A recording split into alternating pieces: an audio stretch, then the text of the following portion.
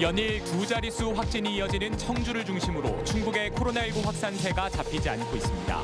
이번 달 충북에선 60% 넘는 확진자가 청주에 집중됐습니다.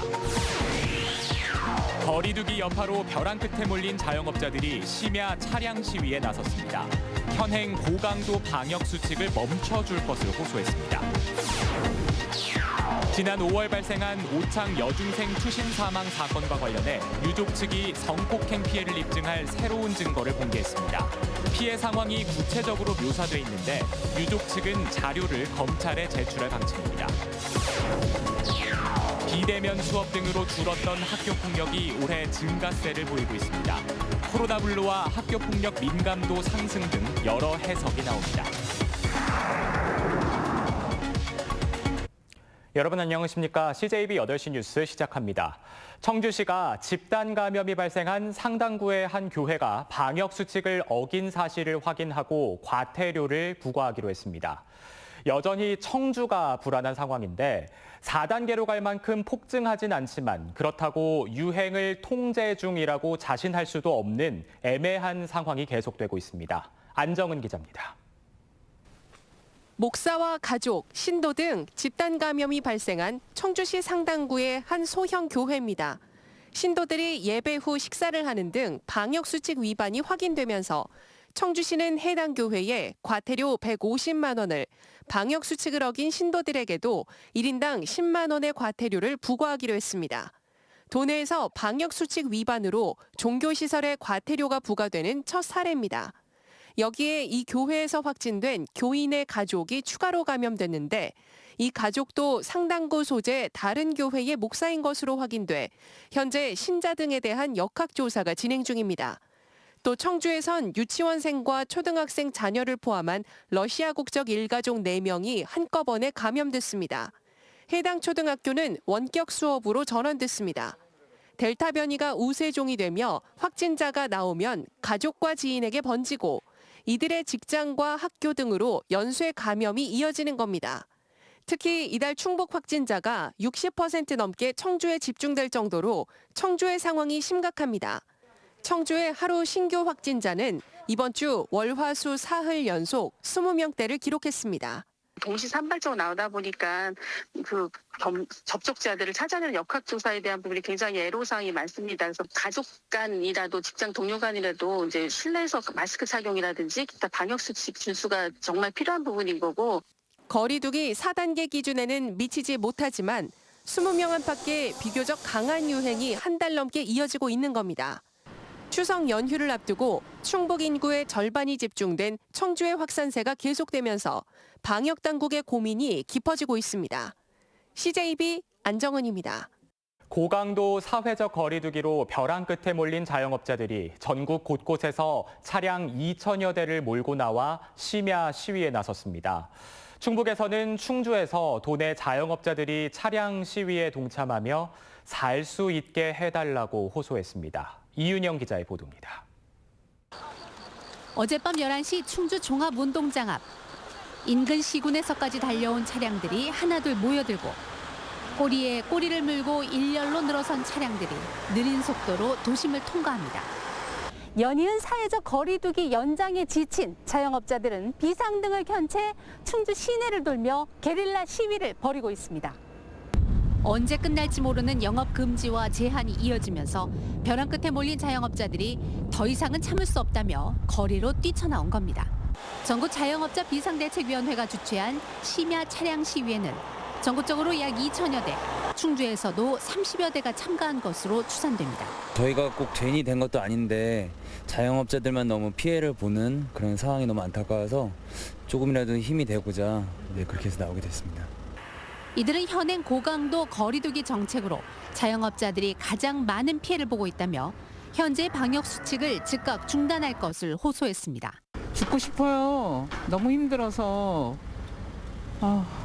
그래서 요번에 좀 풀어줄 줄 알았는데 또 10월 3일까지 또 연장이 돼가지고 이제 할 말이 없어. 할 말을 잊었어요. 현실적이고 즉각적인 손실 보상도 촉구했습니다. 현재 손실보상이 결정은 됐는데 대체 언제 해줄 건가. 자영업자분들은 지금 오늘 하루에도 뭐 많이는 알려지지 않아도 자살까지 선택하는 분들이 비일비재하거든요. 그럼 이거를 하루 이틀 미룰 일이 아니라 경찰의 통제 속에 별다른 마찰 없이 시위를 마친 자영업자들은 새벽 1시쯤 자진 해산했습니다. CJB 이윤영입니다. 지난 5월 발생한 오창 여중생 투신 사건과 관련해 여중생 중 한 명의 유족 측이 딸의 성폭행 피해를 입증할 새로운 증거를 공개했습니다. 유족이 공개한 메시지와 상담 내역 등에는 비교적 구체적인 당시 피해 상황이 묘사돼 있었는데 유족 측은 자료를 검찰에 제출할 방침입니다. 이태현 기자가 보도합니다. 중학교 2학년 A양이 친구의 의붓아버지 B씨로부터 성폭행을 당한 것으로 추정되는 지난 1월 17일 A양이 사건 현장이었던 친구의 집 방 안에서 또 다른 친구에게 보낸 SNS 메시지입니다. A양이 보낸 메시지에는 현재 두렵다며 방 안을 어떻게 빠져나가야 할지 모르겠다는 내용이 쓰여졌고 또 가해자가 친구의 아버지라 고민된다라는 내용도 담겨 있습니다. 메시지 속에는 또 A양이 몰래 찍은 당시 방 안의 영상까지 포함되어 있습니다. A양의 성폭행 피해 정황은 그 후 이뤄진 상담 내용에서도 일관되게 드러납니다. A양의 성폭행 피해는 문자 메시지를 받은 친구를 시작으로 여러 명을 거쳐 A양의 부모에게 알려지게 됐고 부모는 즉각 경찰에 신고했습니다. A양은 사건 뒤 보름여 지난 시점에 경찰의 동석하에 진행된 해바라기 센터 상담에서 B씨가 술을 먹인 사실이나 성범죄 피해를 입었던 당시 상황을 자세히 설명했고 그동안 수치심에 직접 입을 열지 못했다고 말했습니다. 이게 범행 현장이었고 이 아동이 미소양이 성폭행을 당하고 이 당황한 순간이 다 드러나고 더군다나 범행 현장에 대한 동영상 촬영본도 있습니다. 이 정도면 저는 더 이상의 증거가 필요 없을 정도다. 한편 A양의 유족은 가해자의 의붓딸로 A양과 함께 목숨을 끊은 친구의 유서에 대해서도 의문을 제기했습니다. 유서의 형식이 존경하는 재판장님으로 시작한다는 점에서 일반적인 유서의 형식과 다르고 의붓아버지의 처벌을 원치 않는다는 등 내용면에서도 유서보다는 탄원서에 가깝다는 주장입니다. 피의자 쪽에서 일방적으로 그거를 유서라고 단정짓는 건 아닐까요? 분명히 내용이 탄원서인데 왜 그걸 유서라고 해서 자기한테 유리하게 만드는지 좀 도저히 이해를 할 수가 없습니다. 이번 사건의 공소장에는 A양 친구가 7살 때 의붓아버지로부터 성범죄를 당한 사실이 적시돼 있는 것으로 확인됐습니다. 구속된 B씨는 현재 혐의를 부인하는 상태로 재판에서 진실이 가려질지 주목됩니다. CJB 이태현입니다. 지난해 비대면 수업 등으로 줄어들었던 학교 폭력이 올해는 증가세로 돌아섰습니다. 학교 폭력이 늘어난 원인을 놓고 여러 해석들이 나오고 있는데요. 먼저 코로나 블루의 영향이 있겠고 또 학교 폭력으로 간주하는 수위가 해가 갈수록 낮아지는 영향도 있는 것으로 보입니다. 홍우표 기자입니다. 충청북도 교육청을 비롯한 전국 17개 교육청이 공동으로 조사한 2021년 1차 학교폭력 실태 조사 결과가 발표됐습니다. 온라인 조사에 충북은 11만여 명, 전체 학생의 88%가 참여를 했는데 1,361명, 1.2%의 학생이 학교폭력을 당했다고 응답했습니다. 지난해보다 0.2%포인트 증가한 것으로 특히 초등학생의 학폭 피해가 많았습니다. 주로 언어폭력이 많았고 집단 따돌림, 신체폭력 등의 순이었는데 스토킹 피해도 눈에 띄었습니다. 지난 2019년을 정점으로 감소세로 돌아섰던 학교 폭력이 올해 다시 증가세로 돌아선 이유는 무엇일까? 교육계는 먼저 비대면 수업과 불규칙한 등교 등 코로나 블루가 한 가지 원인일 것으로 추측하고 있습니다. 학교 폭력에 대한 민감성이 갈수록 높아지는 것도 원인입니다. 현장 지도교사들은 그동안의 언론 보도와 학교의 예방교육 등으로 학생들이 학교폭력이라고 간주하는 피해 수위가 매우 낮아졌다고 말합니다. 초등학교 4학년 같은 경우는 작년에는 3학년이었는데 올해는 4학년이 됐지 않습니까? 그러면 처음 실시하는 거기 때문에 아무래도 학교 폭력에 대한 어떤 민감한 반응을 했다고 그럴까요? 그래서 초등학교 같은 경우는 많이 늘어났는데 중고등학교는 변화가 없습니다. 학교폭력 실태조사를 단순히 지난해와 비교한 수치상의 결과로만 이해할 게 아니라 학생들의 인권 감수성 등 다양한 각도에서 이해할 필요가 있습니다. CJB 홍우표입니다. 차기 대통령을 선출하는 선거가 내일을 기준으로 180일, 딱 6개월 앞으로 다가왔습니다. 더불어민주당과 국민의힘 충북도당은 선거체제에 돌입하고 대선 승리를 다짐했습니다. 구준회 기자입니다. 시작하겠다라는 취지로 20대 대통령 선거가 6개월 앞으로 다가옴에 따라 여야 도당도 발걸음이 빨라졌습니다. 더불어민주당 충북도당은 이번 대선이 나라의 전진과 후퇴를 가르는 중대 분수령이라며 비상한 각오를 밝혔습니다. 김대중 대통령, 노무현 대통령, 문재인 대통령 그리고 민주당 4기 정부를 구성해야 된다는 것을 사명을 가지고서요.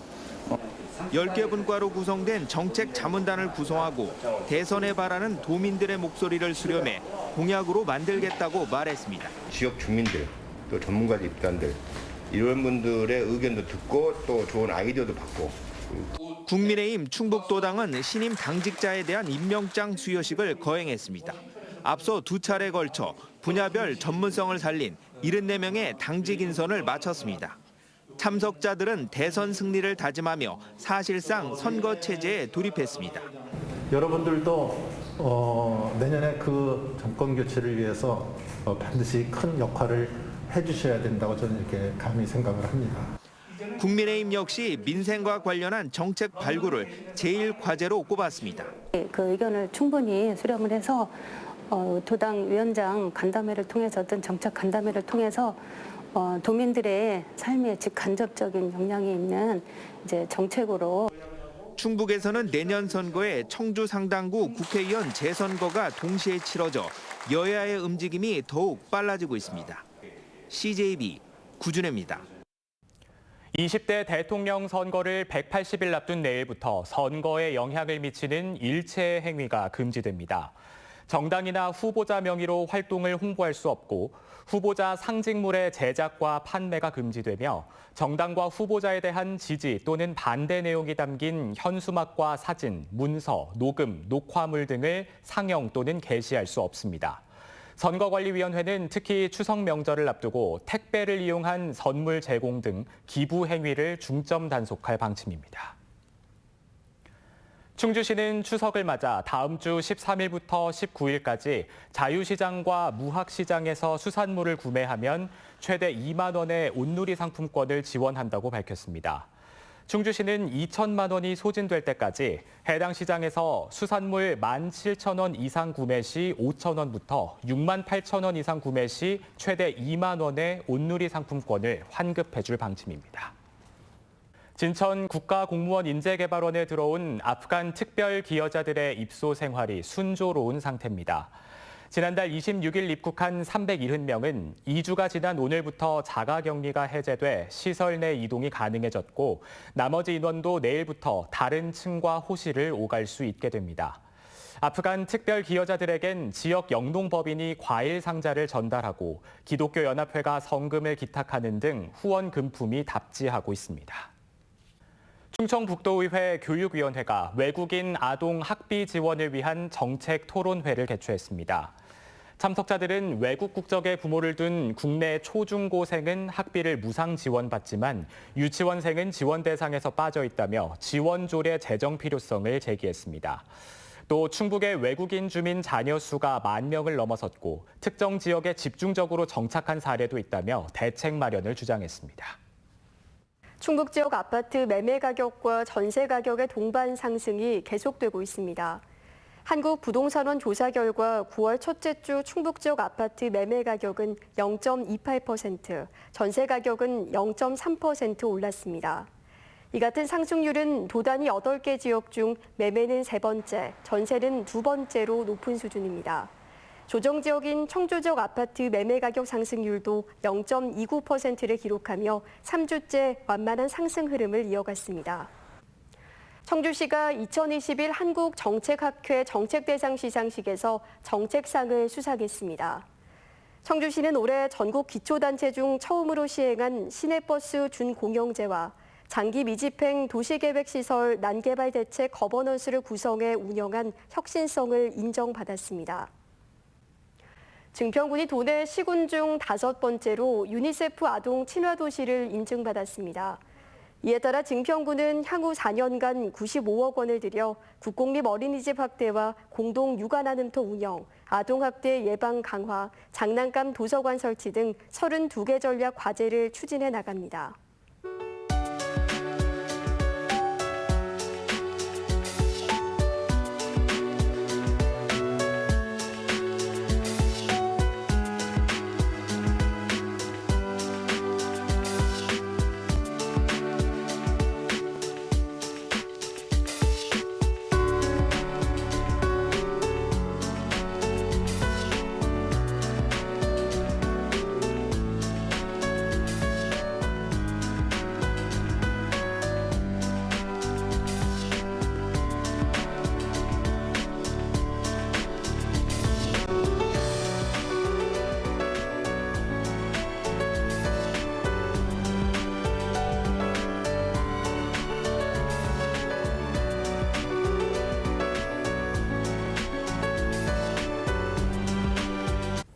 네, CJB 8시 뉴스를 마치겠습니다. 시청해주신 여러분 고맙습니다.